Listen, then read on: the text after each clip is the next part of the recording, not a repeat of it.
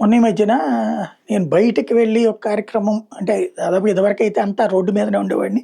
ఊళ్ళు, రాష్ట్రాలు తిరిగేసి వచ్చేవాడిని. ఆ తర్వాతన జెమినీలో ఎడిటర్ అయిన తర్వాతన ఆఫీస్‌కి పరిమితం అవ్వడం మిగిలైంది.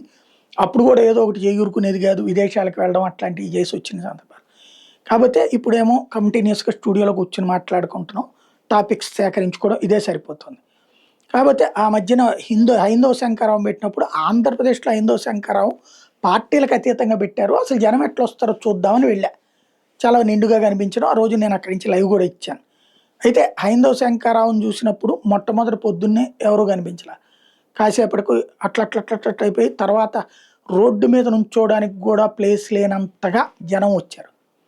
ఇదెందుకు చెప్తున్నానంటే పబ్లిక్ గ్యాదరింగ్ ఇక్కడ అట్లుంది. ఇప్పుడు అట్లాగేమన్నా ఉందా ఢిల్లీలో? రోజుకి 15,00,000 ఖర్చవుతుంది. పొద్దున్నే ఎవరో ఉండట్లేదు. 10, 11 తర్వాత అక్కడికొస్తున్నారు. మనం గనక ఖాళీగా ఉన్నప్పుడు టీ తాగడానికి, చాయ్ తాగడానికో, టిఫిన్ చేయడానికి వెళ్తాం గదా! అక్కడ కరెక్ట్‌గా టిఫిన్ టైంకి, టీ టైంకి, భోజనం టైంకి రోజు 3 పూట్ల కలిపితే 4 పూట్ల ఎందుకంటే ఈవినింగ్ స్నాక్స్ కూడా. కలిపితే తినడానికొస్తున్న వాళ్ళ టోకెన్‌లు గాని, అక్కడ డిస్ట్రిబ్యూట్ చేస్తున్నయి గాని 5,000 మంది. ఒకళ్ళే రిపీట్ అవ్వచ్చు. ఆ లెక్కన చూసుకుంటే 1,200 మందో, 1,250 మంది లెక్కేసుకోవాలి. లేదా 1,500 మంది లెక్కేసుకోవాలి. ఇది. కానీ ప్రచారం కోట్ల రూపాయలు ఖర్చు పెట్టినా రానంతటి ప్రచారం వస్తుంది. ప్రింట్ మీడియా, ఎలక్ట్రానిక్ మీడియా ఇంకా కవరేజ్ ఇస్తూ ఉన్నాయి. ఎందుకో అర్థం కాదు.